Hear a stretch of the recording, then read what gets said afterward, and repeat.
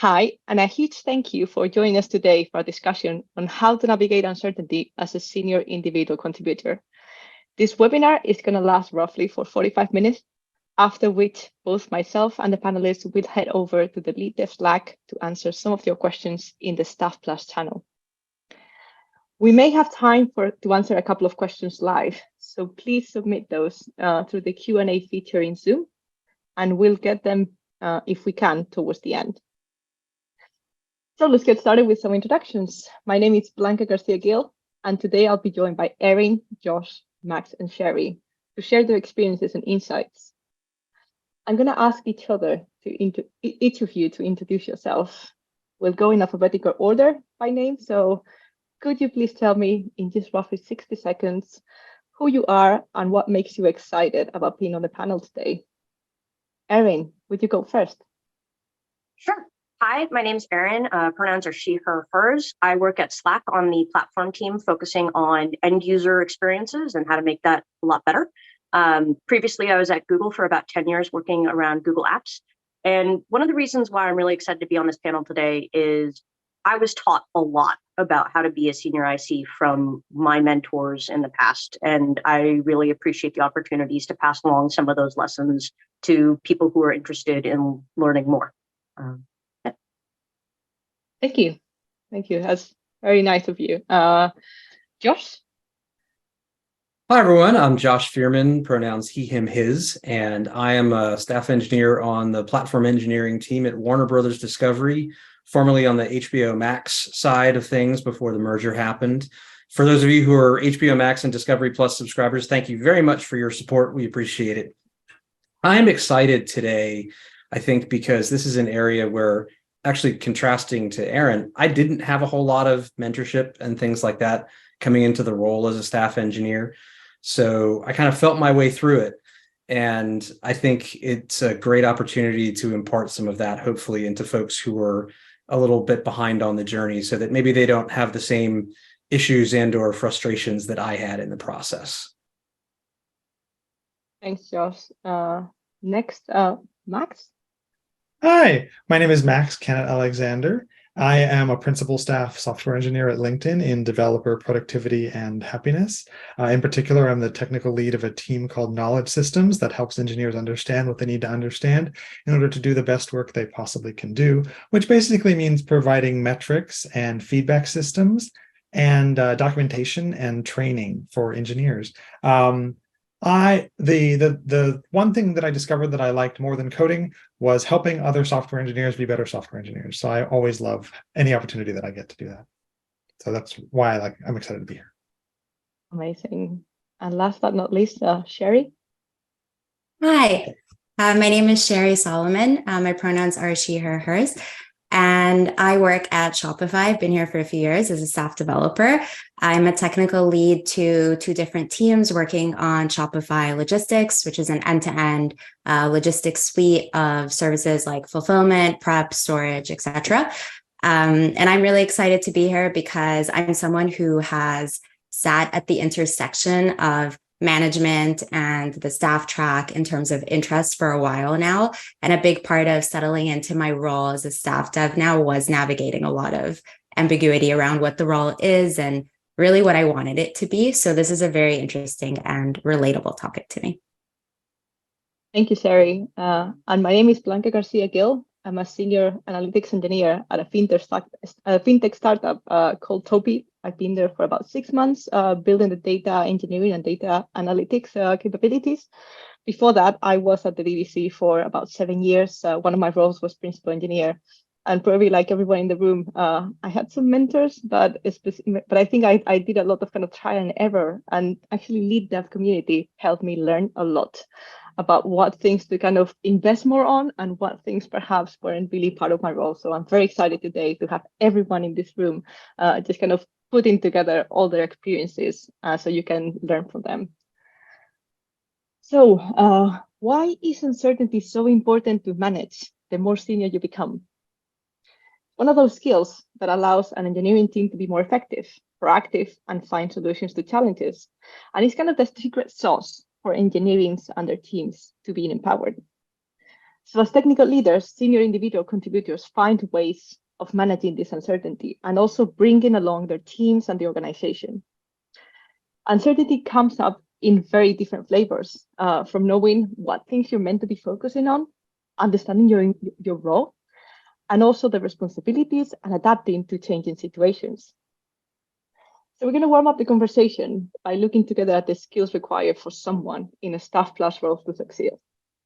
And there seems to be a lot of talk about the role being confusing. That's kind of the first thing that emerges from this. If you're working closely with engineering managers, there's a lot of overlap in those roles. So I'm going to start with you, Sherry. And can you please tell us, how did you find those boundaries and how do you navigate those overlapping responsibilities? I think this is definitely something that a lot of staff devs struggle with, is that uncertainty when, they're technical leads, they're responsible for driving direction, overseeing teams, but they're also working really closely with engineering managers, and it can feel like they have very similar roles as well. I think in my experience, I've accepted that some amount of overlap is normal. I've learned to view that as a good thing as opposed to a scary or worrying thing. And the overlap and that uncertainty to me has represented flexibility and adaptability and my ability to decide and do what I think the business needs. So it's helped me personally when there's been a lot of uncertainty in my role, was to decide alongside my team's engineering manager what my goals as a staff dev are and what I'm accountable to in my role, rather than defining exactly how I will achieve that. So that gives me flexibility and autonomy in my role, but clearly defining the intended outcomes creates enough alignment that any overlap between me and a manager is purposeful and intentional. So the mental model that I personally use and operated from is that as a staff dev, I'm accountable to the quality of code and the resilience of the systems that my teams build. And my goal is to maintain that quality and improve it while driving us towards meeting our larger business goals.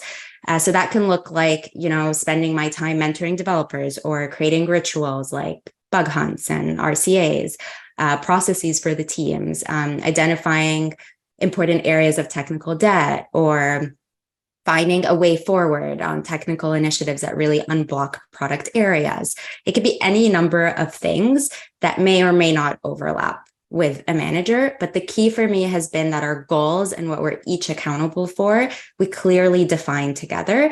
And the how is where we can be flexible and where there might be a little bit of overlap, but it's intentional. And I view that overlap as an opportunity for, amazing collaboration. And I really think that as staff devs, our roles and our success in our role cannot be divorced from engineering managers and their success in their role, and vice versa. An engineering manager and their success in their role depends on us being successful in our role. So I think viewing that overlap, like defining that overlap so that it's intentional, and then viewing it as an opportunity for collaboration and a way to make sure we both achieve the larger business goals, is how I've tended to look at it.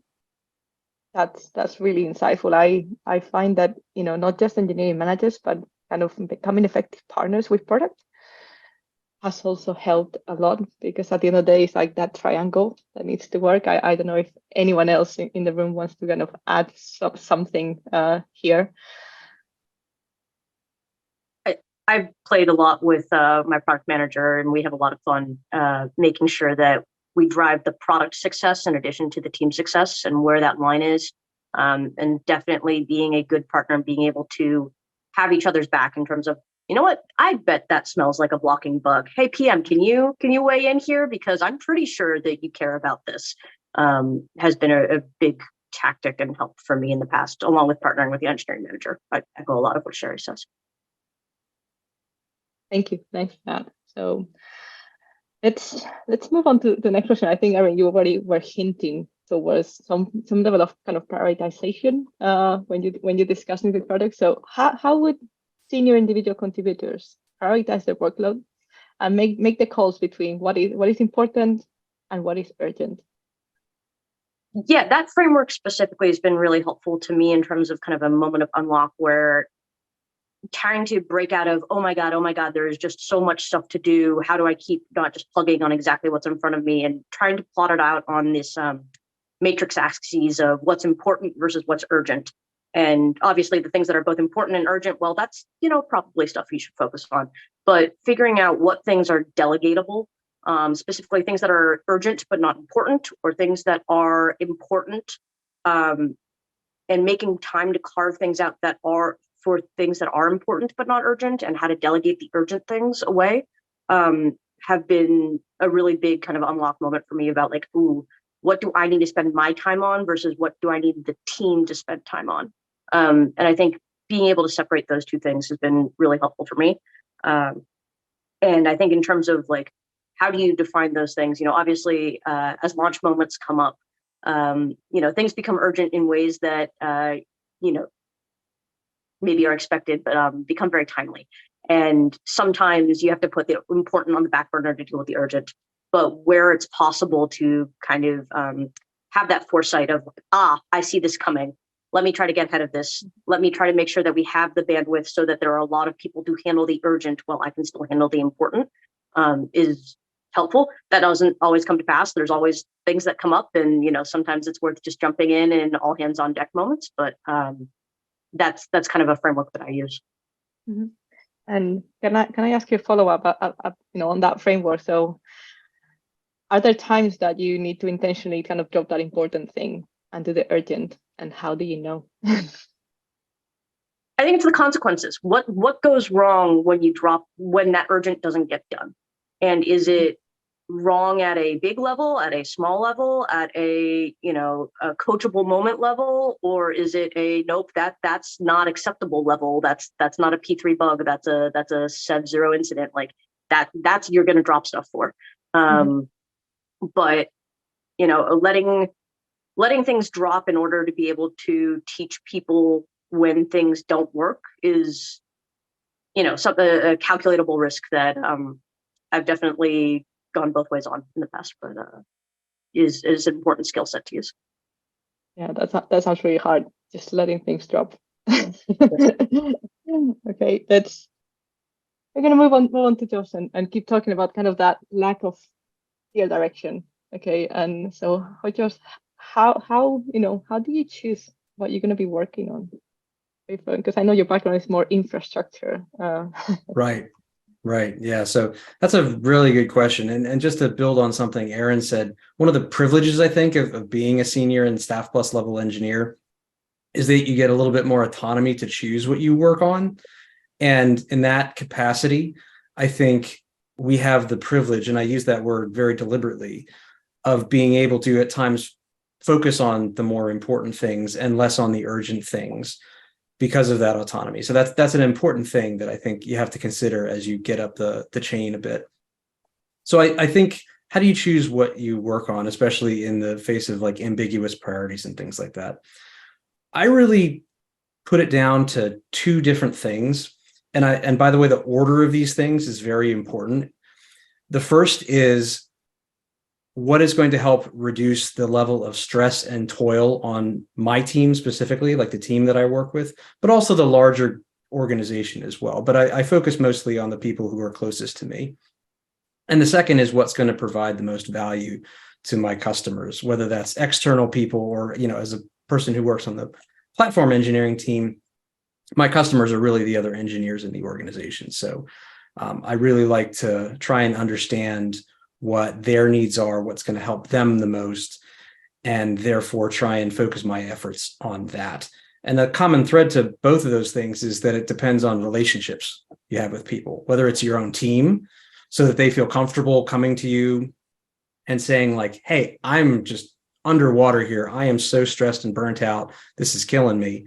Or whether that's external to your own team, so that you have those relationships with folks, maybe they're stakeholders throughout the org, or other senior staff people in other parts of the group who you can talk to and get frank feedback on where you can help them the most and things like that. But again, just to echo what I said earlier, the order of those things is really important, because while value is important, I think as someone who myself struggles quite a bit with stress management and things like that, I think ensuring that teams and the members of the team are healthy and happy and not burning themselves out is really the most important thing, because you could deliver as many features and value to your customers as you want, but if you're burning people out, it's just not worth it. It really is not, and it's not sustainable. Yeah, I agree with you, because everyone in our teams, we're always looking towards, the more senior people. So engineers are looking towards the staff, the principal engineers, and seeing what are they doing, how are they managing the stress, and then kind of it ends up filtering down. Yeah, I see that, and I think one of the things that you mentioned about talking to others, this maybe goes from like a long time back when I was, less experiences, but I was amazed at how do people figure out what to work on? They seem to just know. And I think just making it more explicit that you talk, use your experience, you talk to others, okay, you look at, what is making your team unhappy, your stakeholders unhappy, and you kind of bring those things in the conversation. And the part about, hey, what work also maybe aligns better with you, because I don't know if all of you in this panel with me, are you familiar with kind of the staff archetypes, the staff plus archetypes? So the problem solver, okay, and the right hand and all that. So the problem solver kind of goes into the fires. You literally kind of like those things, and some people lend themselves very well to that, whereas other staff engineers are more into, hey, I'm going to look at the very important things, but kind of longer term things, and you kind of need to be able to work with like very long, maybe delivery timeframes, which some people are not that good at. I think it's maybe also knowing what you do best, okay, and just applying that. So I think I'm gonna ask the room, okay, in here, who do you work closely with, okay, to find out what are the most important issues in your organization are. Does anyone want to kind of raise their hand? And Erin? I meet regularly with PMs that I talk to. Again, I'm more on the product side of the house than the infra side, but also peers in other parts of the organization that maybe I know socially want to develop a relationship with, but try to develop a spidey sense about what's going on in places that I might not know about as much. But I try to have quarterly-ish meetings with people I don't have a lot of overlap with, and more frequent meetings with people who I have more overlap with, just to make sure that my sense of what's going on matches their sense of what's going on, and try to piece together a little bit more coherent piece of reality rather than just like my particular view, which can sometimes be very clouded by the information that I'm getting from certain sources. Mm-hmm. Thanks for the specific examples. Sherry and Max, would either of you want to share so we can give people a bit of like, a holistic view? Yeah, I probably have a slightly different approach, because usually what I have is I have a particular set of priorities that I'm working on at any given time. And then what I try to do is figure out who the people are in the organization that I need to talk to about those priorities. And usually there's somebody else that I'm already connected to who has relationships, and they know who that is. Like there's a manager who's been at the company for 5 years longer than me, and they know everybody. And so I'm like, hey, who's the person that I talk to about blah? And then they're like, you should talk to Joe. And I'm like, oh, I'll go talk to Joe, and then I try to, I think like Slack is very useful. Like I try to be in all the Slack channels of all the teams that are like in my area, so that I can at least see like all the things that they're talking about, even if I don't participate or get involved, because I shouldn't do that, because that would be disruptive. And then I try to, I just try to find like outlets of information. Like if there's a mailing list that I think is going to be interesting, then I get on it. And I might not read every single email that comes through on that mailing list. But if there's like one that has an interesting subject line, I'm like, hey, that one seems like relevant to my interest, maybe now or in the future, or like an interesting subject that I might want to help with at the company. So I think it's just about finding the right lines of communication and getting yourself on them. Thank you. I'm going to echo a lot of what Erin and Max said. I think for me, there's my gut reaction when you first asked that question. My answer was everyone. I feel like I talk to everyone. But I think the inputs that have been particularly important to me are, if your organization captures like customer frustrations in any way and data is trackable to you, I like being I like making sure I understand very well what our users and customers are most frustrated by, or where the biggest blockers to them are. And that gives me a lot of ideas around like what we can work on in terms of engineering initiatives that can unblock and relieve some of that frustration.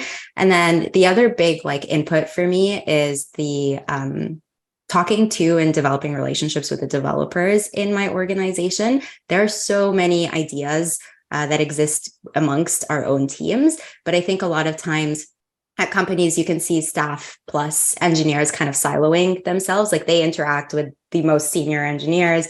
The senior engineers then go and mentor the intermediate engineers. Intermediate engineers mentor the junior engineers, who would then mentor the interns, right? And like the staff level is this kind of like really removed like utopia that people just hear about but don't really interact much with. And I think for me, I take a very different approach. I mentor a lot of like engineers at different areas of the levels, and make sure I'm keeping close relationships. And that's a big way that we get all of these like awesome ideas that improve our product. Thank you. Yeah, I echo a lot of that. I'm kind of thinking back, especially when I was at the BBC, that because I spent there quite a few years, you end up kind of knowing more and more people, and you kind of accrue this network just organically. But then you change roles or you change teams, and you're like, oh crap, I have all these gaps. But then I also realized there's people who for reasons they are the hyper connectors. So you just go and ask them, who do I need to speak to about this? And if they don't know you, they will just make an easy intro. And people are more likely, at least in bigger orgs, they're more likely to tend to you if they don't know you. If you come by as someone. So I found that I used it a lot to kind of keep tabs on different people, and not necessarily feeling that, oh, I don't know everyone that I need to know. I don't know everything. And, and then they get kind of feeling very overwhelmed. Yeah, that was, I think I'm writing almost tips for myself here anyway, because you're bringing like very, very different angles to this. So we're going to move on to Max now, and kind of, it's a bit of a different topic. So it's about ideas. Okay, so we don't manage people, okay, but we mentor people, we coach people, and a question came about as to what advice do you give someone who says, well, I have this idea, but this person is probably an individual contributor, but I don't have engineers to work on it. How do you help this person gain buy-in? Yeah. Okay. Well, first of all, let me start with telling you what not to do. So the thing not to do is don't go rogue and try to just do it yourself. You will end up in a very unpleasant situation where you cannot do your actual job, and lots of people have expectations of you that you are not meeting. And then you feel deeply frustrated that nobody's helping you out with this really important thing that you know is really important, right? So and I think that so my experience is this situation comes about in two different ways. One of them is you, a senior IC, are like, I see a huge area of opportunity. We should go work on this. It's really important. It's going to be really valuable. And the other one is, your manager or their manager comes to you and says like, hey, this is really great. I want you to work on this. And then you're like, does it come with engineers? And they're like, no. And so I think in both of those situations, you need to first figure out, like, because pretty much one of the most common like lines of demarcation for being a senior IC is that you don't decide who works on what. I mean, occasionally like people report to you directly, but usually like there's a line where that's one of the usually most bright lines between a manager and an IC, right? Is that a manager is like, I assign people to work on things. And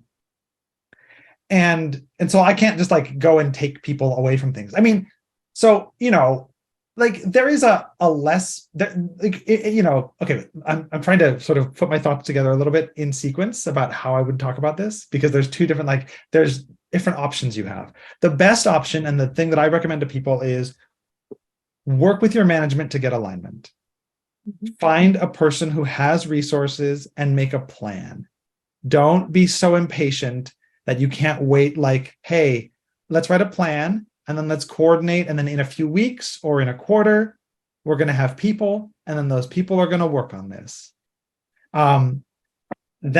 That goes much, much better. It also goes better if it's an idea that fits within the org that you are in.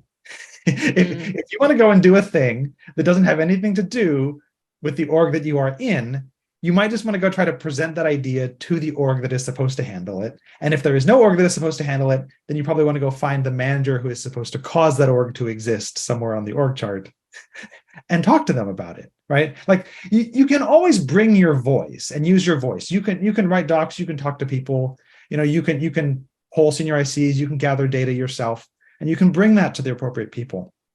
But it works best when you have agreement in advance before you go off and start trying to do this thing. If you can't get that agreement, or if people are like, yes, that sounds great, but I can't do it, there's certain types of projects that you can sort of open source or within the company, or like get volunteers to work on. It can be a very frustrating situation. So I have done this. Like I've gotten refactoring projects done this way, where I put a bunch of them into a spreadsheet and then I sent them out across, a few hundred engineers. And I said, hey, let's all get together. We'll be a code health group and let's all get together and talk about it. And, a few people here and there started to take things on. And that was great. But it can be very challenging because those people are not assigned to that task in any reliable way. And they can drop things in the middle.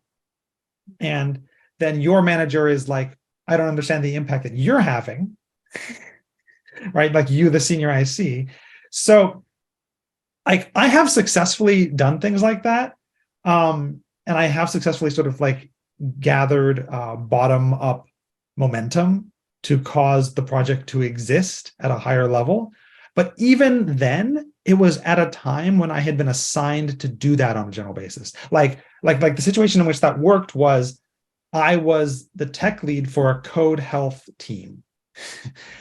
And so my role was figure out how to solve code quality and testing and things like that for this team, for the larger org.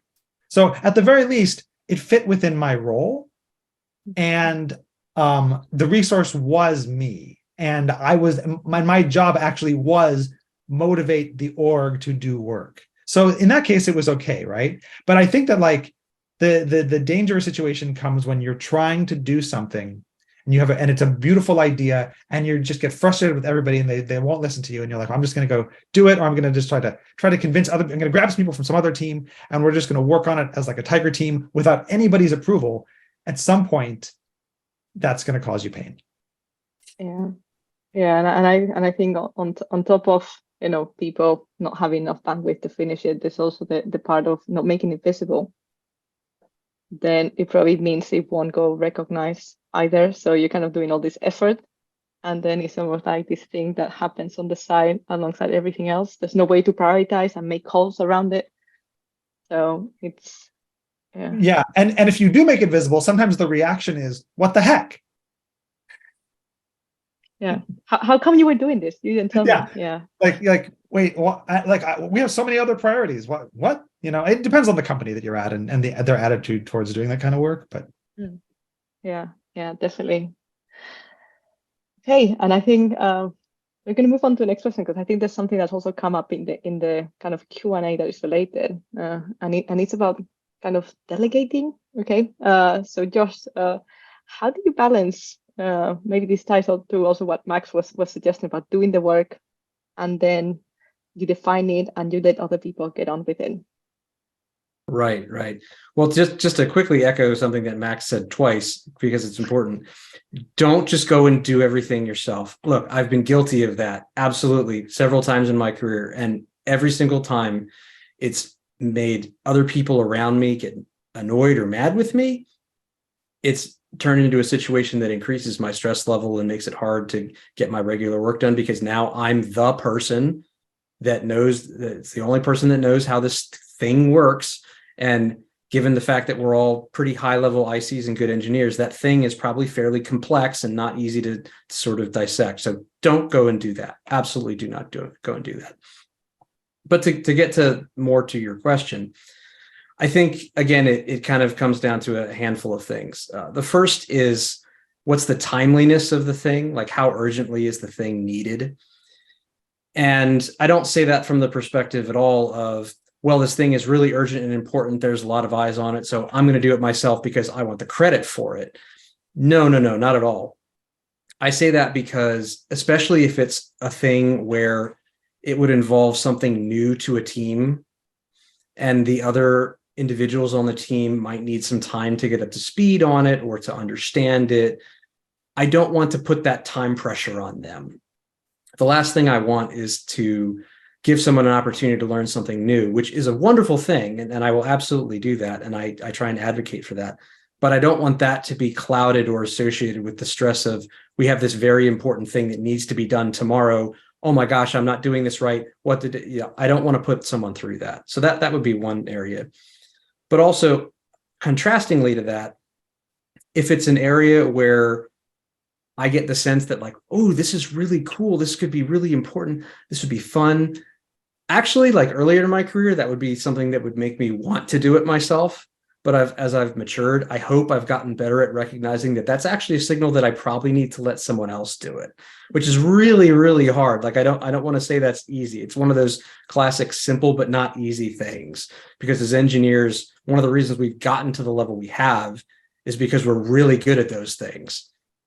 So when I get that signal from my brain that this is something very interesting and important, but I also recognize that this is an opportunity for someone else or other members of the team to really learn and grow, which, by the way, is great for my mental health. I keep pointing back to that because I think it's so important, because by letting other people do this thing, other folks on the team are going to be able to contribute to it. And I'm not going to be that lone wolf that has to support the thing after the fact.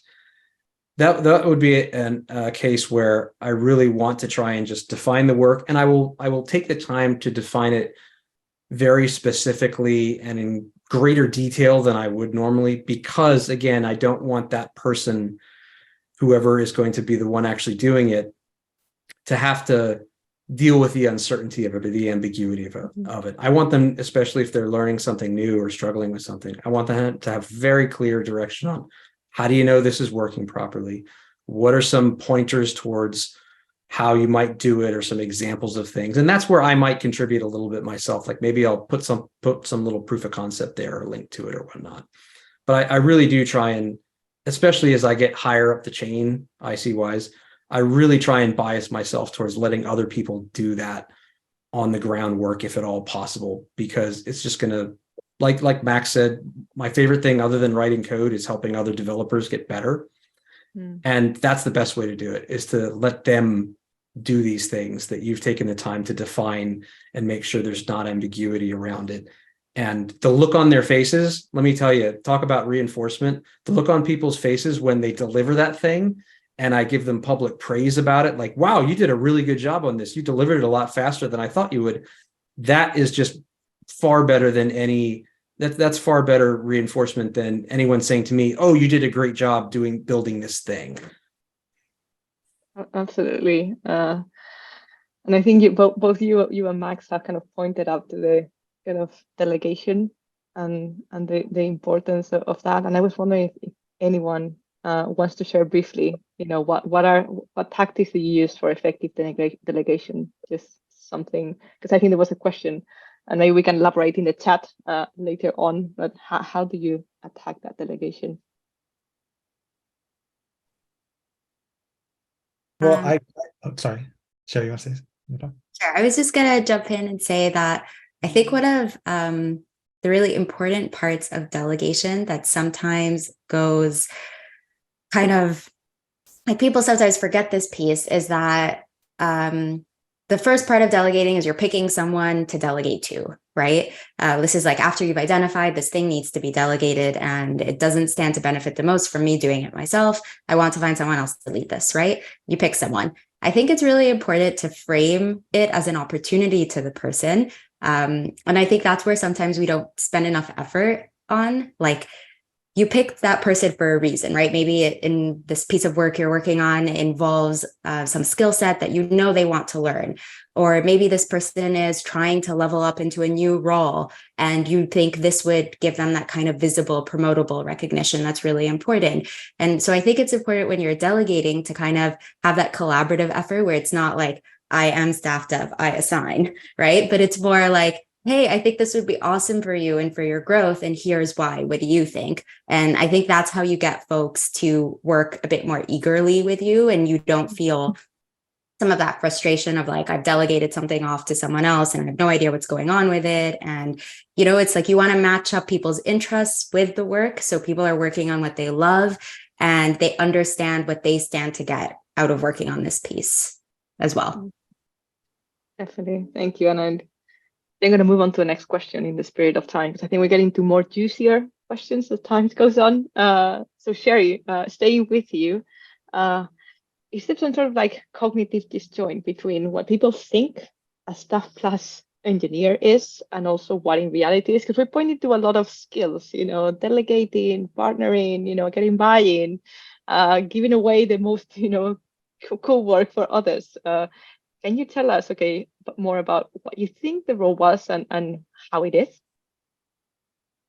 Oh my gosh. I definitely think earlier in my career, I had a cognitive image of what it meant to be a staff developer. And it's pretty far removed from what actually being a staff developer is, or what it's been like for me in my experience.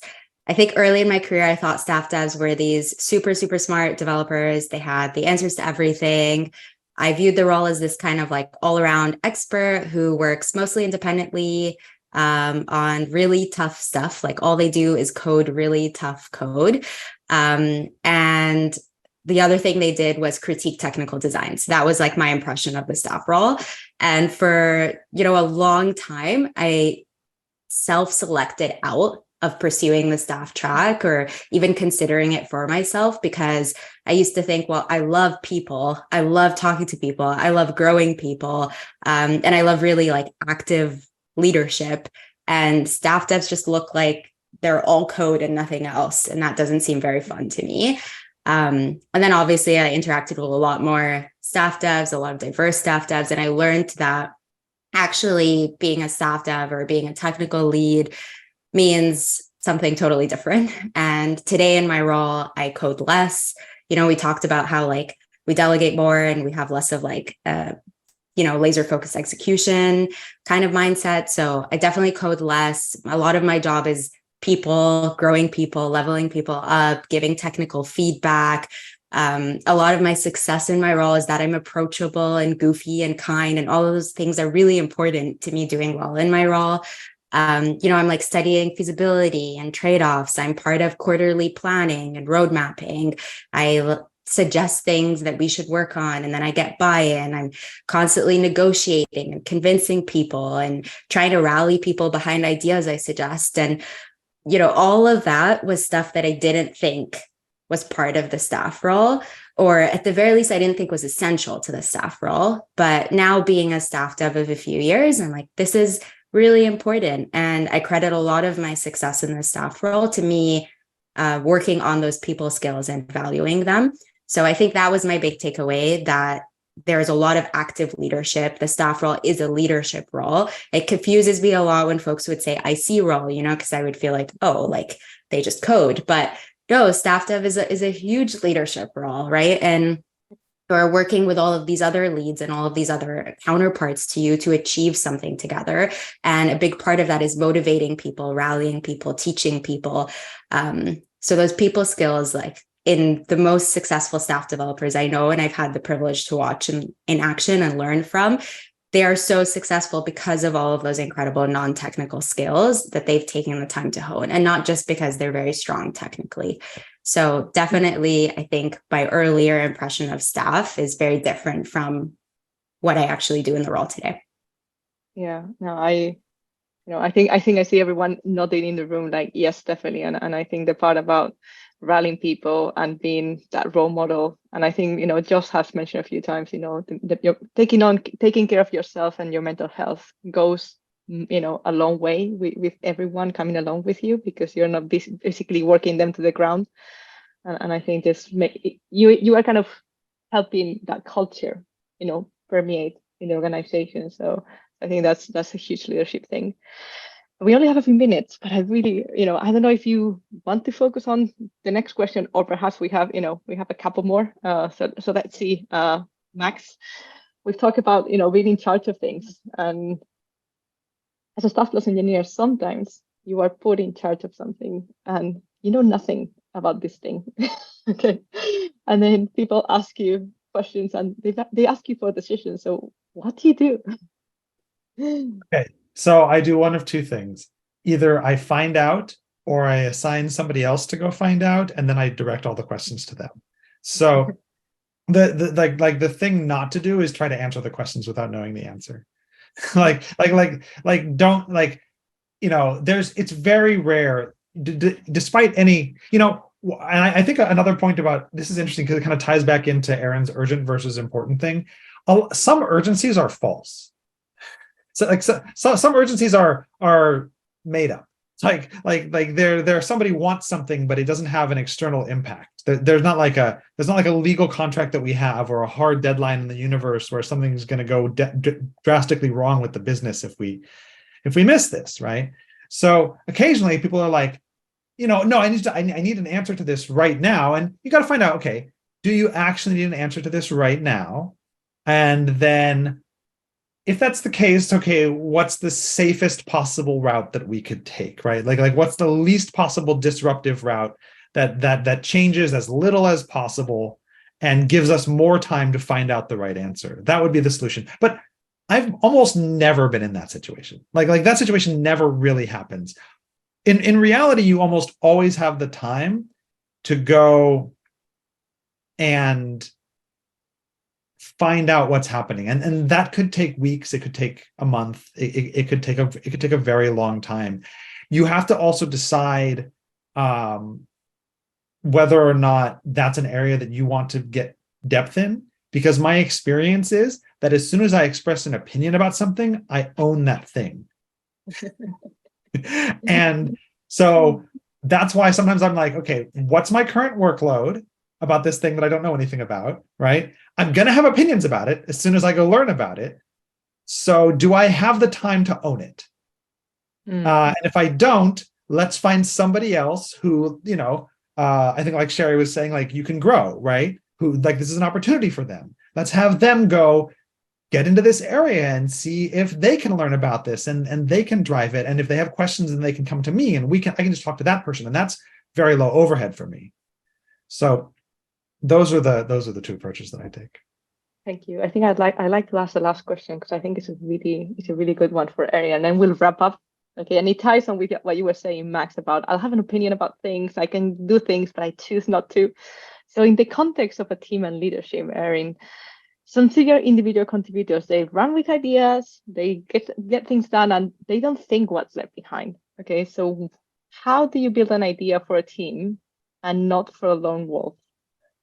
Yeah, this is near and dear to my heart. There's I've worked with a range of people who either do this really collaboratively or really lone wolfy.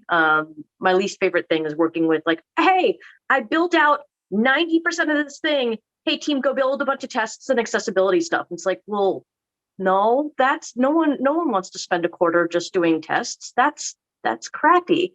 Why? So my biggest thing as leadership, as I see, and as Sherry was saying, like senior ICs are leads. They are not just individuals. And it's how do you build an effort and build a team around getting something done as a group in the most equitable and useful way possible. And for me, that's looking at myself as a multiplier effect, which is, hey, how can I break down something ambiguous? This is complicated. We don't know the answer. To, okay, we have a path. That path has a bunch of so I'm senior staff, so now has a bunch of staff-sized problems. That staff person can now break that down into a bunch of senior-sized problems. The senior person is going to break that down into a bunch of associate or whatever you call the next rung down. But the point is not do everything. The point is do the thing that is most appropriate to your skill set and your level to bring everyone else along with you. One of my favorite mentors says, everyone rises with the wave. And that's kind of one of the things that I love, which is like, how do you bring everyone up on a project so that everyone does something that is useful, grows their skill sets, hell, maybe even gets promoted, but how do you build it up as a pyramid scheme rather than just like, I, with a sword, will go code everything into the night. And like, it's almost all done, but not. And then precisely to everyone's points here about like, do you own it? Have you just dumped it on someone? Are they going to now go spelunking about, some half-written code that doesn't have good tests? Like, none of that's fair or fun. And so that's kind of the view I bring to it. Totally. I think I'll stay with everyone rises with the wave. And now it's time to wrap up our panel. Okay. For wrapping up, can you go around the room and just say what advice would you give to emerging staff developers? Okay, what is the kind of that top skill you recommend investing in? And just say one, because we literally have no time anymore. So we'll start with Sherry. Sure. The number one piece of advice I would give to an emerging staff dev is don't wait for someone to define your role for you. You're a lead. Take an active role in defining your responsibilities. You know your organization well. You know what they need in a staff dev. So trust your instinct and articulate a vision for your role that others can get behind and get alignment on it. But don't wait for someone to tell you what you should do in your role. Feel free to have a strong opinion and to run with it. Thank you. Max? I think the piece of advice that I would give people is I'm trying to say something more concrete than become comfortable with dealing with ambiguity. I think it's have a set of priorities that you know what they are and that you work on. Know what it is that you personally are responsible for delivering, because if you don't, what will happen is you will get pulled in a million directions, and your job will become to like have meetings and Slack with random people all day, like answering various different random technical questions. And then at the end of like 3 months, people will be like, what did you produce? And you'll be like, I'm not exactly sure. Good one. Josh? I would say specifically learn how to write better, like learn to be a better technical writer. That is a sorely underappreciated and undervalued skill. And broaden that just a little bit, learn how to communicate more effectively, because as a staff engineer, your job increasingly becomes how to communicate and work with people and articulate ideas in clear ways, and less about, I have this vague idea, so I'm going to go code a thing that implements that vague idea. Yeah. And Erin? Josh, you stole the words almost right out of my mouth. So I'm going to pivot to my second one, which is know the archetype that you like. We were just saying, like, some people really like going and sitting in long-term hole of like, I will come out with an idea and it's a long-term deadline and this is the path forward. Other people are problem solvers and diving into all the incidents. Some people are more product bent, some people are more infrastructure bent. It's okay to have an archetype and a secret sauce that is not, I do everything well. No one does everything well. Finding out what you do well that is different than the other people and learning how to leverage that with your peers so that everyone plays off each other's skill sets is super helpful, and something I learned much later in my career than I probably could have. Thank you, Erin. And my tip is your differences are an asset. So if you feel very different to everyone, think that you're adding to your culture. Okay, and that is a really good thing. So, well, thank you so much, okay, everyone, for all the good insights in today's panel. We're all going to be heading to the LeadDev Slack in the Staff Plus channel, so please head there for the discussion. I've seen some questions in the chat, okay? We're going to copy them over to Slack and answer to them. So thanks for joining, and we hope to see you next time. Bye.